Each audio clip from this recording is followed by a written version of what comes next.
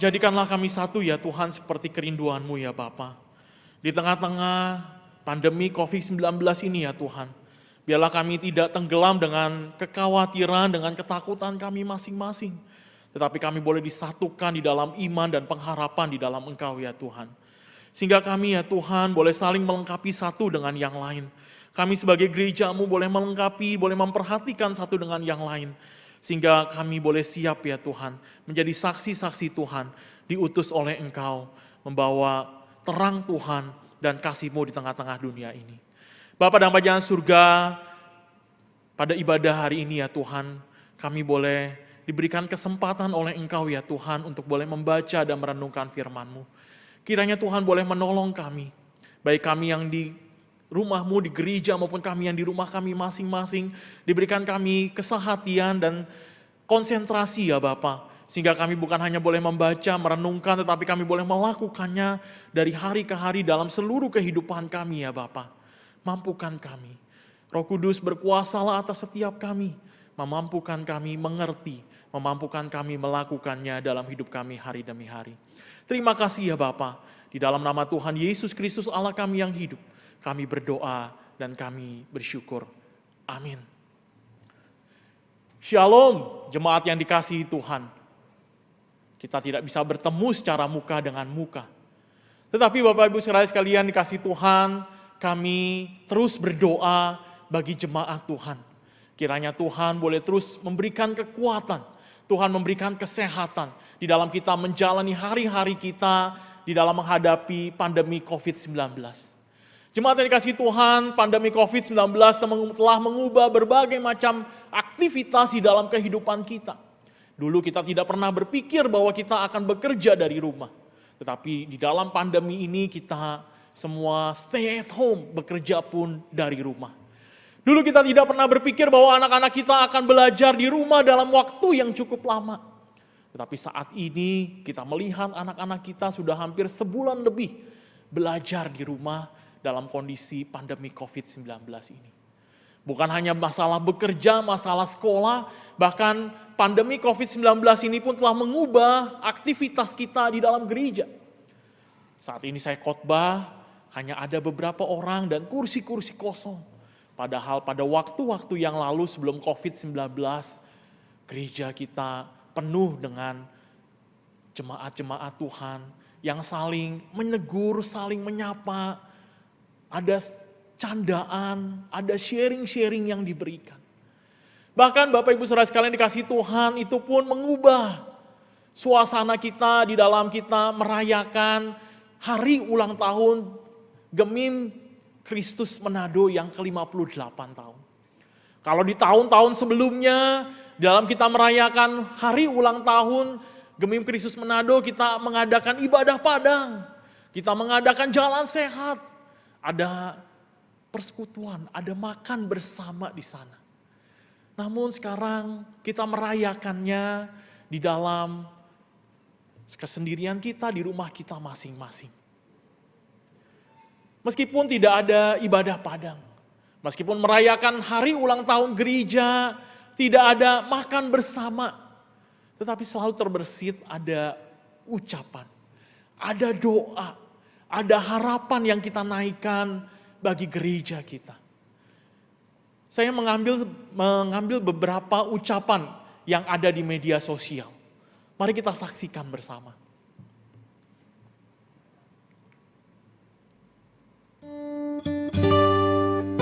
Ucapan hari ulang tahun gereja yang ke-58 tahun. Gemim Kristus Manado. Di media sosial ada ucapan selamat ulang tahun dari pria kaum bapa. Ada juga ucapan selamat ulang tahun dari Rayon Pina Esaan, dari guru-guru sekolah minggu, bahkan dari hamba Tuhan yang sudah tidak bersama-sama dengan kita, dari penginjil Jendi dan juga penginjil Febe, yang terus mendoakan gereja kita bertumbuh di dalam kasih Tuhan, yang mendoakan gereja kita boleh mewujud nyatakan Kristus. Ada juga ucapan selamat dari Rayon Malalayang. Selamat ulang tahun yang ke-58 Gemim Kristus Manado. Solideo Gloria. Saya bersama dengan keluarga pun mengucapkan selamat ulang tahun bagi kita semua. Gereja Gemim Kristus Manado. Jemaat sekalian, kalau kita melihat di media sosial ucapan-ucapan selamat ulang tahun, doa dan harapan yang dinaikkan oleh setiap kita bagi gereja Tuhan di tempat ini berbagai macam. Dan semuanya bagus-bagus, indah-indah. Yang mendoakan gereja boleh mewujud nyatakan Kristus. Yang mendoakan gereja boleh menyatakan kasih Tuhan di tengah-tengah dunia ini. Yang menyatakan juga harapan bahwa gereja boleh membawa banyak orang datang kepada Tuhan. Bagaimana kita mengasihi Allah, bagaimana kita melayani sesama dan juga menjangkau yang terhilang. Bagus bukan doa dan harapan yang kita naikkan? Jemaat yang dikasihi Tuhan, kalau kita mau menyadari bahwa doa-doa dan harapan-harapan yang kita naikkan kepada Tuhan dalam rangka hari ulang tahun gereja Gemim Jemaat Kristus Manado yang kita rayakan pada tanggal 1 Mei kemarin. Sebenarnya itu juga adalah doa yang harusnya kita nyatakan untuk diri kita sendiri. Karena kita ini adalah gereja-gereja Tuhan. Karena kita adalah orang-orang yang telah dipanggil Tuhan keluar dari kegelapan kepada terangnya yang ajaib. Sehingga kalau kita ingat jemaat yang dikasihi Tuhan, lagu anak-anak sekolah minggu, gereja bukanlah gedungnya, gereja bukanlah menaranya, bukalah pintunya, lihatlah di dalamnya, gereja adalah orangnya. Doa-doa yang kita naikkan dan harapan-harapan yang kita naikkan adalah doa untuk diri kita, agar kita bisa menyatakan kasih Tuhan, agar kita bisa mewujud nyatakan Kristus di dalam kehidupan kita hari demi hari, agar kita boleh mengasihi Allah, melayani sesama, dan menjangkau yang terhilang. Di dalam situasi dan momen seperti ini, pagi hari ini kita diberikan kesempatan oleh Tuhan untuk boleh mengingat kembali tentang peranan dan panggilan kita sebagai gereja. Dengan kita belajar kembali kepada pola, kepada pattern, kepada teladan jemaat mula-mula. Bagaimana mereka kemudian disenangi oleh Allah, dan disenangi oleh sesama mereka, disenangi oleh manusia. Dan Tuhan menambahkan jumlah mereka dengan orang-orang yang percaya kepada Tuhan. Mari kita sama-sama membuka Alkitab kita. Dari kitab Kisah Para Rasul yang kedua, ayat yang ke-41 sampai dengan ayat yang ke-47. Kisah Rasul 2 ayat yang ke-41 sampai dengan yang ke-47. Demikian bunyi firman Tuhan. Lembaga Alkitab Indonesia memberikan judul bagian ini, cara hidup jemaat yang pertama. Orang-orang yang menerima perkataannya itu memberi diri dibaptis, dan pada hari itu jumlah mereka bertambah kira-kira 3.000 jiwa. Mereka bertekun dalam pengajaran rasul-rasul dan dalam persekutuan, dan mereka selalu berkumpul untuk memecahkan roti dan berdoa. Maka ketakutlah mereka semua, sedang rasul-rasul itu mengadakan banyak mujizat dan tanda. Dan semua orang yang telah menjadi percaya tetap bersatu, dan segala kepunyaan mereka adalah kepunyaan bersama. Dan selalu ada di antara mereka yang menjual harta miliknya, lalu membagi-bagikannya kepada semua orang, sesuai dengan keperluan masing-masing. Dengan bertekun dan dengan sehati mereka berkumpul tiap-tiap hari dalam bait Allah. Mereka memecahkan roti di rumah masing-masing secara bergilir dan makan bersama-sama dengan gembira dan dengan tulus hati. Sambil memuji Allah dan mereka semua disukai semua orang. Dan tiap-tiap hari Tuhan menambah jumlah mereka dengan orang-orang yang diselamatkan. Demikian jauh pembacaan firman Tuhan. Berbahagia setiap kita yang membaca, merenungkan, dan melakukannya di dalam hidup kita hari demi hari. Jemaat yang dikasihi Tuhan, bagian firman Tuhan yang kita baca, seringkali kita merenungkannya pada hari ulang tahun gereja seperti kita saat ini. Karena ini adalah cara hidup jemaat mula-mula yang menjadi teladan bagi setiap kita. Jemaat mula-mula ini, jemaat yang dikasihi Tuhan adalah jemaat yang terbentuk pada hari raya Pentakosta, di mana Roh Kudus turun menguasai para rasul, di mana kemudian para rasul kemudian berkhotbah, menyampaikan firman Tuhan, dan orang-orang yang mendengarkan firman Tuhan itu kemudian menjadi percaya. Dan jemaat sekalian dikasihi Tuhan, orang-orang yang telah percaya ini tidak hanya berhenti sampai di situ. Mereka memiliki gaya hidup yang baru sebagai anak-anak Tuhan. Di dalam renungan kita pada pagi hari ini kita merenungkan dua hal. Gaya hidup jemaat mula-mula pada waktu itu. Iman bukan hanya lahir ketika kita percaya kepada Tuhan, tetapi perlu terus bertumbuh di dalam kehidupan kita. Jemaat mula-mula pada waktu itu sangat mengerti dan sangat memahami tentang hal itu. Oleh sebab itu, hal pertama yang mereka lakukan adalah mereka bertumbuh di dalam pengenalan akan Allah. Mereka bertumbuh di dalam pengenalan akan Allah. Di dalam bagian firman Tuhan yang kita baca barusan, di dalam ayat yang ke-42 dikatakan, mereka bertekun dalam pengajaran rasul-rasul dan dalam persekutuan, dan mereka selalu berkumpul untuk memecahkan roti dan berdoa. Jemaat sekalian kasih Tuhan, dikatakan jemaat pada waktu itu bertekun dalam pengajaran rasul-rasul. Sungguh ironis dan berbeda dengan kita saat ini. Mereka percaya kepada Tuhan, dibaptis, kemudian mereka bertekun dalam pengajaran rasul-rasul. Kalau kita lihat saat ini banyak orang mengikuti kelas katekisasi 6 bulan kalau di gereja kita dengan rajin. Kemudian mereka dibaptis.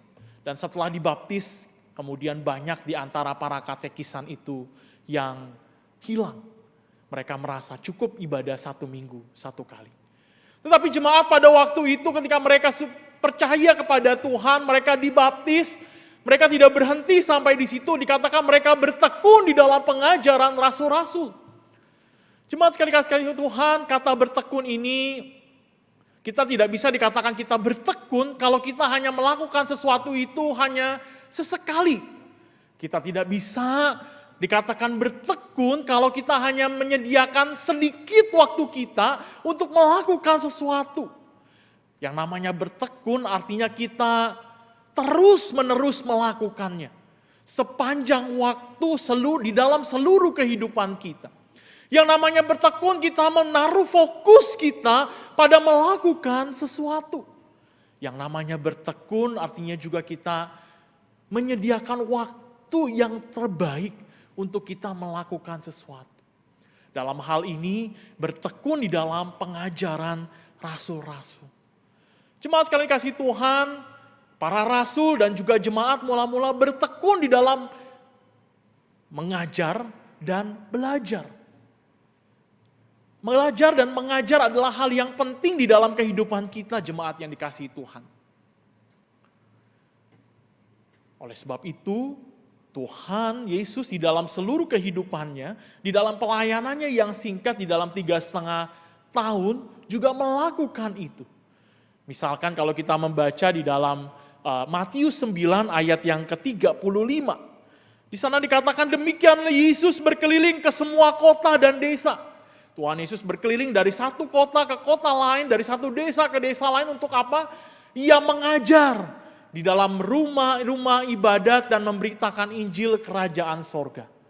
Bahkan sampai Tuhan Yesus akan meninggalkan dunia ini dan naik ke surga, dia memberikan pesan kepada murid-muridnya agar apa? Agar mereka pergi, agar mereka memberitakan Injil, membaptis, tetapi juga mereka mengajarkan segala sesuatu yang telah diperintahkan Tuhan kepada para murid.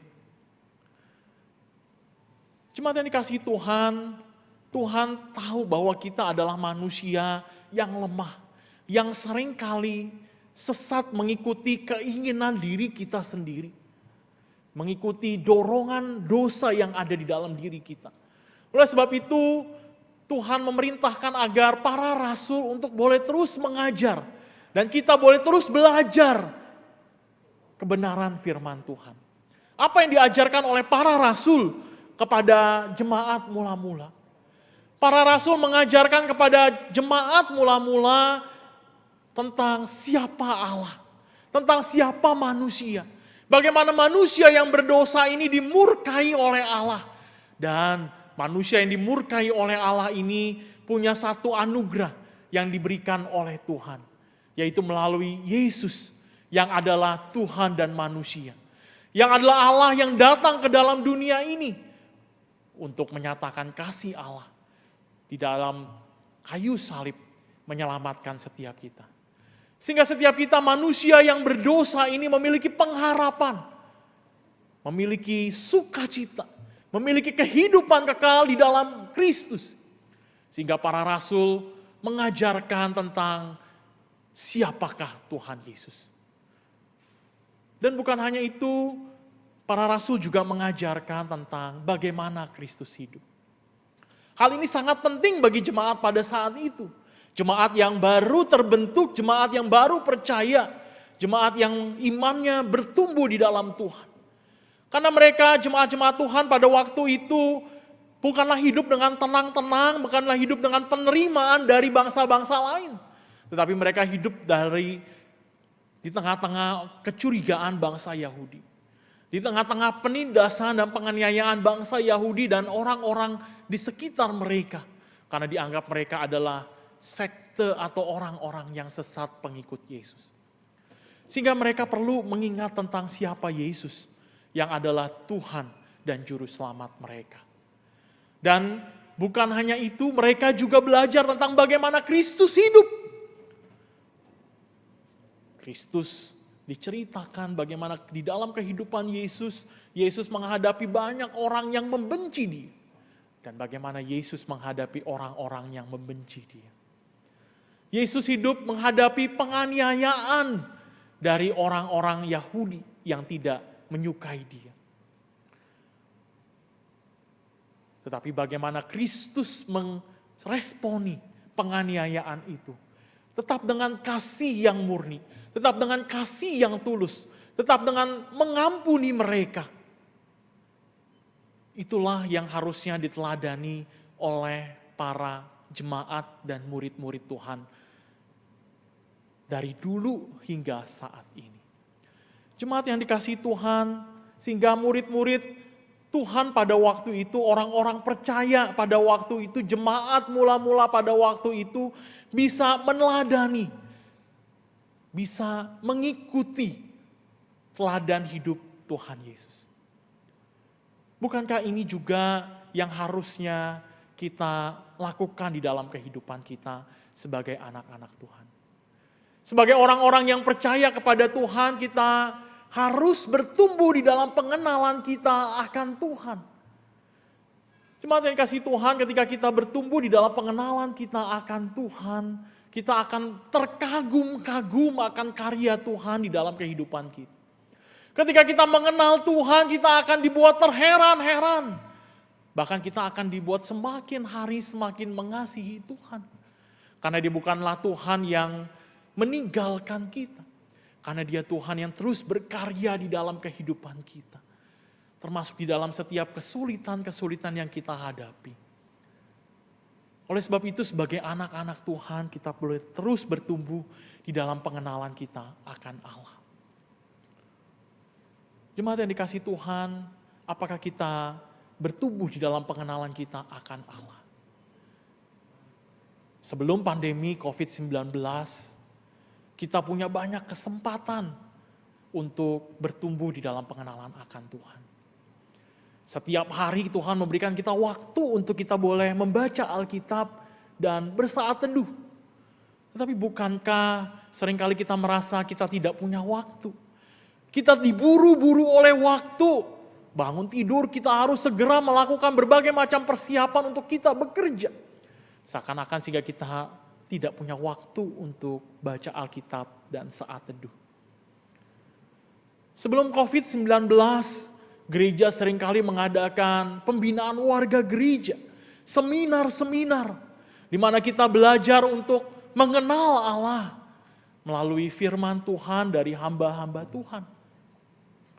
Namun bukankah seringkali kita mengatakan, sorry, tidak ada waktu. Sorry, saya sibuk, sehingga saya tidak bisa ikut seminar, tidak bisa ikut pembinaan warga gereja untuk belajar firman Tuhan. Sorry, saya tidak bisa ikut pendalaman Alkitab. Karena saya ada anak-anak yang harus diurus untuk mereka mengerjakan PR, persiapan sekolah besok. Begitu banyak aktivitas kita. Saat ini Tuhan berikan kesempatan kepada kita. Di tengah-tengah pandemi COVID-19.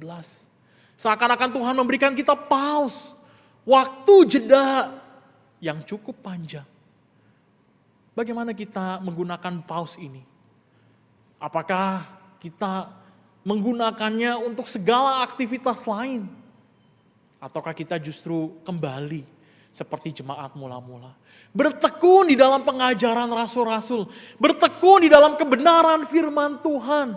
Bertekun di dalam membaca firman Tuhan. Tuhan memberikan kita waktu untuk kita boleh menikmati saat teduh kita. Tanpa perlu diburu-buru untuk persiapan pergi ke tempat kerja.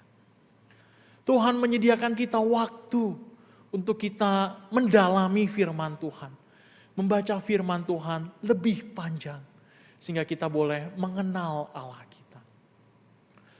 Jemaat yang dikasihi Tuhan, jemaat mula-mula bertumbuh di dalam pengenalan akan Allah bukan hanya di dalam bertekun dalam pengajaran rasul-rasul. Tetapi dikatakan juga mereka bertekun di dalam doa. Doa adalah sebuah relasi kita dengan Allah kita. Yang pada waktu kita berdosa, kita tidak putus hubungan kita, relasi dengan Tuhan. Tetapi ketika kita percaya kepada Yesus sebagai satu-satunya Tuhan dan Juru Selamat pribadi kita diberikan hak istimewa untuk datang kepada Tuhan melalui doa-doa kita. Jemaat mula-mula bertekun di dalam pengajaran rasul-rasul dan berdoa. Bagaimana dengan setiap kita? Banyak orang, jemaat sekalian dikasihi Tuhan, lebih mementingkan doa. Ditanya sudah saat teduh? Belum. Sudah berdoa? Sudah. Berdoa bangun tidur, berdoa mau pergi, berdoa mau makan, berdoa ada pergumulan. Tetapi kita melupakan pertumbuhan kita di dalam kebenaran firman Tuhan. Atau sebaliknya, ada orang yang merasa penting firman Tuhan, dia menggali firman Tuhan, dia belajar bahasa asli dari firman Tuhan, bahasa Ibrani dan Yunani, atau mungkin dia juga membanding-bandingkan antara bahasa Indonesia, bahasa Inggris, terjemahan satu dengan yang lain. Tetapi mereka saking sibuknya mempelajari Alkitab, lupa berdoa. Jemaat yang dikasihi Tuhan, satu kali Charles Spurgeon pernah ditanyakan kepada dia. Mana yang lebih penting antara berdoa dan membaca Alkitab? Charles Spurgeon menjawab, mana yang lebih penting kita menarik nafas atau kita menghembuskan nafas? Dengan kata lain, Charles Spurgeon ingin mengatakan bahwa kedua-duanya penting. Kita tidak bisa mengabaikan salah satu dan mengutamakan yang lain. Sama seperti kita ketika kita menarik nafas dan menghembuskan nafas. Kita melakukan keduanya. Oleh sebab itu sebagai anak-anak Tuhan, jemaat Tuhan, mari kita terus bertumbuh di dalam pengenalan kita akan Tuhan. Baik melalui pembacaan firman Tuhan ataupun di dalam doa-doa kita. Jemaat yang dikasihi Tuhan, hal yang kedua. Kalau tadi kita bicara tentang bertumbuh di dalam pengenalan akan Tuhan, yang kedua kita bertumbuh di dalam persekutuan atau komunitas rohani. Saat ini ada orang-orang yang mengatakan bahwa, oh saya tidak perlu pergi ke gereja. Saya bisa belajar firman Tuhan di mana saja. Bahkan ada orang-orang yang mengatakan tidak perlu lagi ibadah minggu. Karena mereka bisa mengikuti ibadah minggu dari YouTube. Kalau saat ini memang kita mengikuti ibadah minggu dari YouTube karena kondisi situasi pandemi COVID-19 kita menghindari penularan virus ini. Tetapi ketika nanti kita kembali normal, pandemi ini sudah berlalu, kita kembali datang beribadah di gereja. Namun ada orang-orang yang mengatakan saya ibadah di rumah saja melalui YouTube. Jemaat yang dikasihi Tuhan, seorang anak Tuhan bernama Dietrich Bonhoeffer mengatakan, seorang Kristen memerlukan orang Kristen lainnya agar menyampaikan firman Allah kepadanya. Dia memerlukan teman ketika dia mengalami ketidakpastian dan patah semangat. Artinya apa jemaat sekalian? Bahwa meskipun kita bisa belajar firman Tuhan dari laptop kita, dari internet, dari YouTube, dari blog, tetapi kita membutuhkan orang-orang Kristen lain di sekitar kita. Kita membutuhkan persekutuan. Jemaat yang dikasihi Tuhan, persekutuan itu di dalam bahasa aslinya adalah bicara tentang dari kata koinonia. Berasal dari arti kata koine, yang berarti sesuatu yang sama dan menyatukan. Orang-orang Yahudi, orang-orang Yunani pada saat itu dikatakan koinonia ketika mereka menonton teater. Mereka datang rame-rame ke dalam teater, kemudian mata mereka semua ratusan bahkan ribuan orang menuju kepada satu titik di mana mereka melihat teater. Itu adalah koinonia. Orang-orang di dalam teater itu kemudian menjadi satu kesatuan. Di dalam kekristenan kata koinonia kemudian bergerak lebih dalam. Kita bukan hanya berkumpul bersama, disatukan bersama di dalam satu waktu dan satu ruangan. Tetapi kita disatukan di dalam satu kasih. Disatukan di dalam satu gerakan yang dipimpin oleh Tuhan Yesus sendiri. Di dalam persekutuan ini kita belajar untuk mempraktekkan pengenalan kita akan Tuhan. Kita mungkin bisa belajar tentang pengampunan. Kita mungkin bisa belajar tentang kasih. Tetapi tanpa persekutuan di dalam komunitas rohani, maka itu semua hanya menjadi pengetahuan belaka. Tidak menjadi karakter, menjadi kehidupan kita hari demi hari. Karena apa? Kalau kita sendirian bagaimana kita belajar mengasihi orang dan mengampuni orang yang bersalah kepada kita? Kalau kita sendirian bagaimana kita belajar untuk memperhatikan orang lain? Inilah hal kedua yang dilakukan oleh jemaat mula-mula. Mereka bertekun di dalam persekutuan. Mereka memperhatikan satu dengan yang lain. Mereka memecah-mecahkan roti. Di dalam persekutuan itu, mereka mengingat akan kasih Tuhan. Mereka mengingat apa yang diajarkan oleh Tuhan sebelum dia naik ke surga. Sebelum dia menghadapi kayu salib. Dia mengadakan perjamuan terakhir. Dia memecah-mecahkan roti. Sehingga di dalam persekutuan jemaat mula-mula mereka mengadakan pemecahan roti. Selain karena memang roti adalah makanan keseharian jemaat pada waktu itu. Tetapi ketika mereka memecahkan roti mereka mengingat akan kasih Tuhan. Ketika mereka memecahkan roti, mereka mengingat akan perintah Tuhan untuk mengabarkan kasih Tuhan kepada orang-orang di sekitar mereka. Dan di dalam persekutuan itu mereka saling memperhatikan satu dengan yang lain.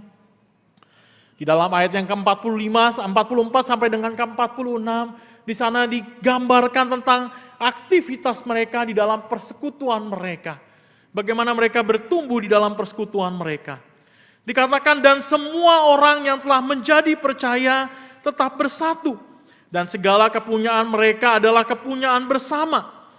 Dan selalu ada di antara dari mereka yang menjual harta miliknya lalu membagi-bagikannya kepada semua orang sesuai dengan keperluan masing-masing. Dan dengan bertekun dan dengan sehati mereka berkumpul tiap-tiap hari dalam bait Allah. Mereka memecahkan roti di rumah-rumah masing-masing secara bergiliran dan makan bersama-sama dengan gembira dan dengan tulus hati sambil memuji Allah dan mereka disukai semua orang dan tiap-tiap hari Tuhan menambah jumlah mereka dengan orang-orang yang diselamatkan. Jemaat kasih Tuhan, di dalam kita bertumbuh di dalam persekutuan, di dalam komunitas rohani kita tidak bisa menjadi orang-orang yang pasif. Di dalam persekutuan Kristen tidak ada penonton. Semuanya adalah orang-orang yang aktif melakukan pekerjaan Tuhan. Di dalam persekutuan rohani, kita mempraktekkan pengenalan kita akan Allah. Allah kita adalah Allah yang bekerja. Allah kita adalah Allah yang berinisiatif. Allah kita adalah Allah yang lebih dahulu melakukan sesuatu, mengasihi kita dan mengampuni kita. Begitu juga setiap anak-anak Tuhan yang bertumbuh di dalam persekutuan. Kita bukanlah menjadi orang-orang yang pasif, tapi kita adalah orang-orang yang aktif. Kita bukan hanya orang-orang yang datang, duduk, diam, pulang. Tetapi kita adalah orang-orang yang terlibat aktif memuji Tuhan. Kita adalah orang-orang yang terlibat aktif memperhatikan orang-orang lain. Kita adalah orang-orang yang terlibat aktif mengasihi orang lain. Memperhatikan ketika orang ada kebutuhan, kita boleh memenuhi kebutuhan mereka. Kita boleh mendoakan mereka. Kita boleh mengunjungi mereka. Di dalam pelayanan Tuhan, sebagai anak-anak Tuhan, kita aktif sebagaimana kita mengenal Allah yang aktif. Jemaat yang dikasihi Tuhan, Henry Nouwen mengatakan, dia seorang pastor, di dalam sebuah bukunya mengatakan komunitas rohani adalah ibadah, adalah wadah, adalah tempat yang paling cepat membawa kita kepada kemajuan rohani. Tanpa komunitas rohani, tanpa kita berakar di dalam persekutuan kita, maka kita tidak akan maju di dalam kerohanian kita. Iman kita tidak bertumbuh, iman kita tidak akan berkembang. Dan orang tidak akan merasakan dampak dari pertumbuhan iman kita.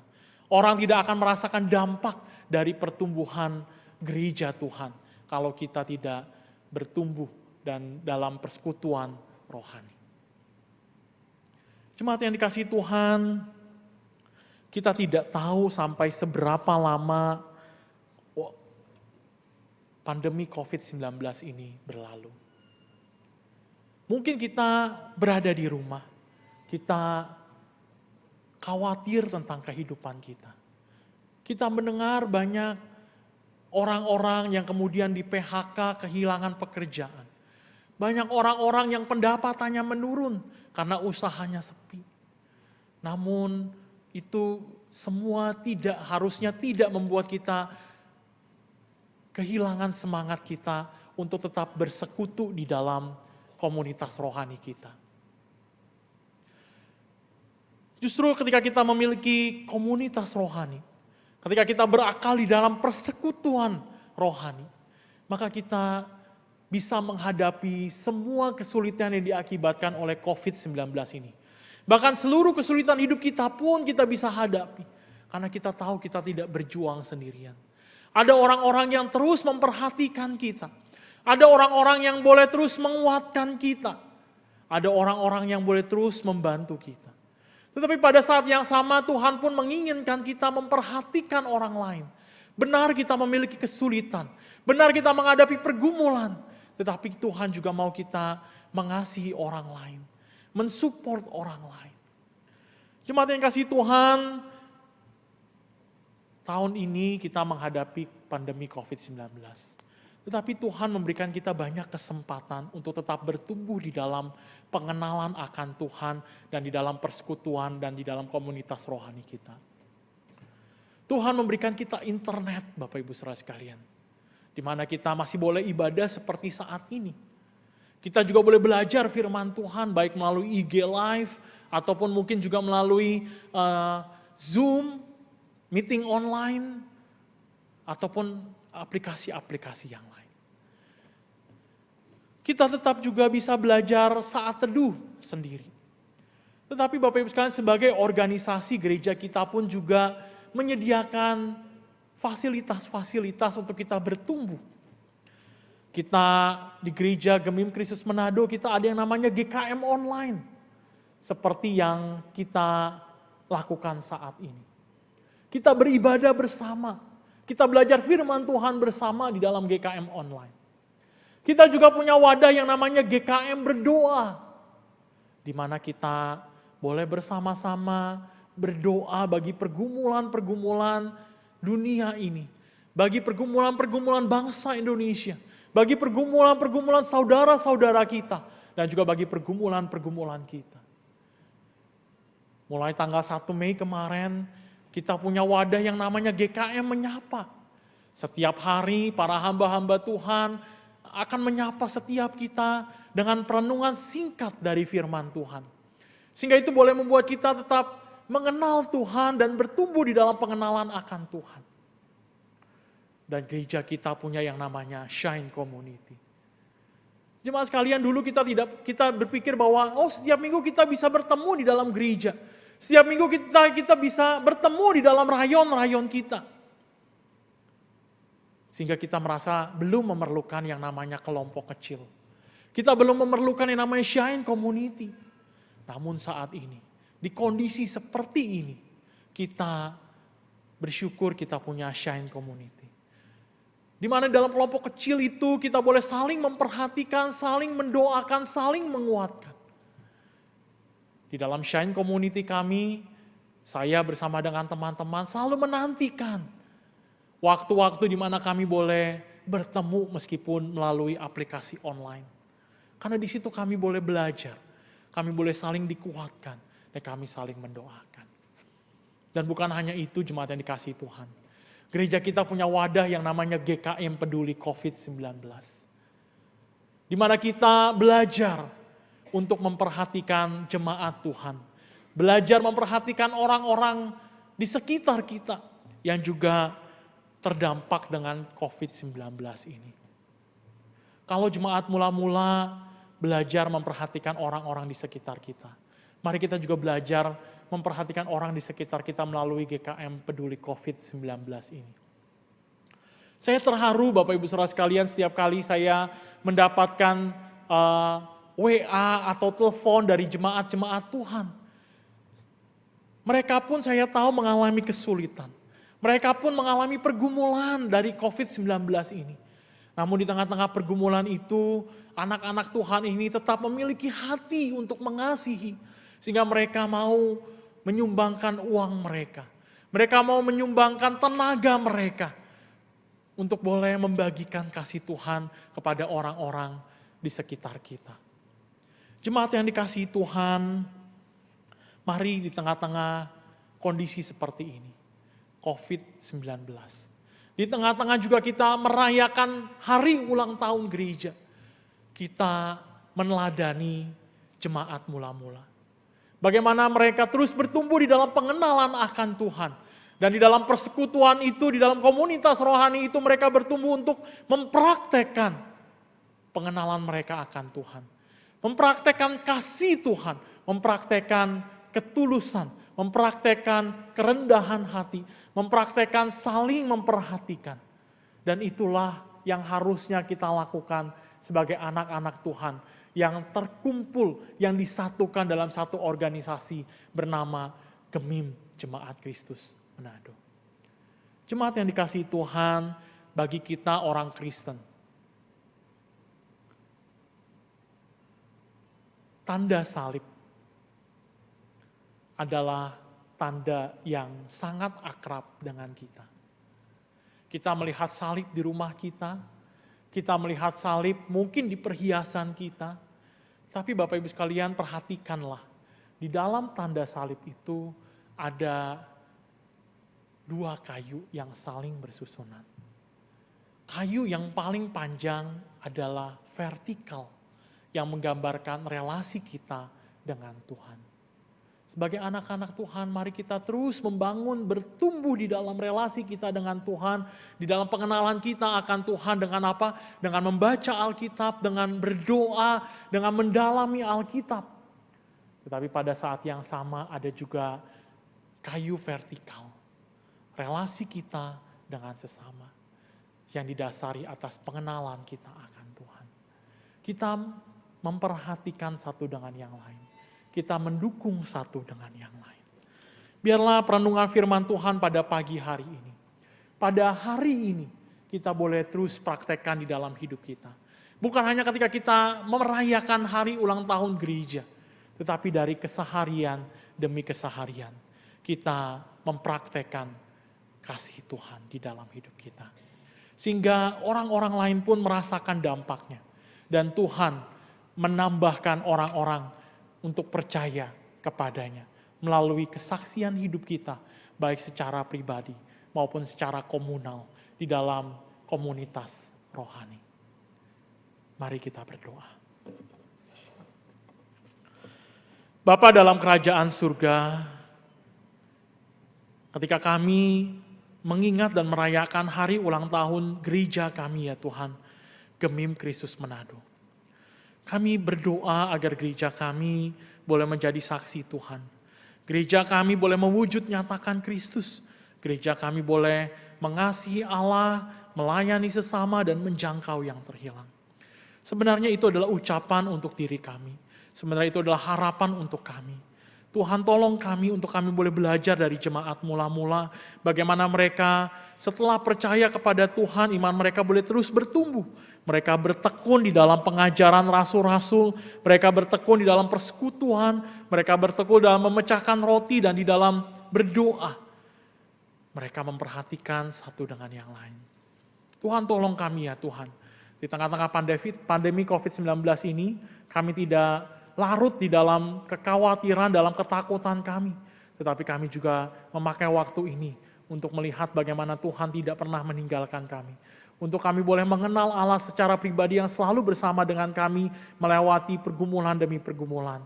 Tetapi pada saat yang sama, kami juga belajar untuk mempraktekkan pengenalan kami akan Tuhan. Mempraktekkan kasih Tuhan, mempraktekkan pengampunan Tuhan kepada kami, yang kami juga mengampuni orang-orang di sekitar kami.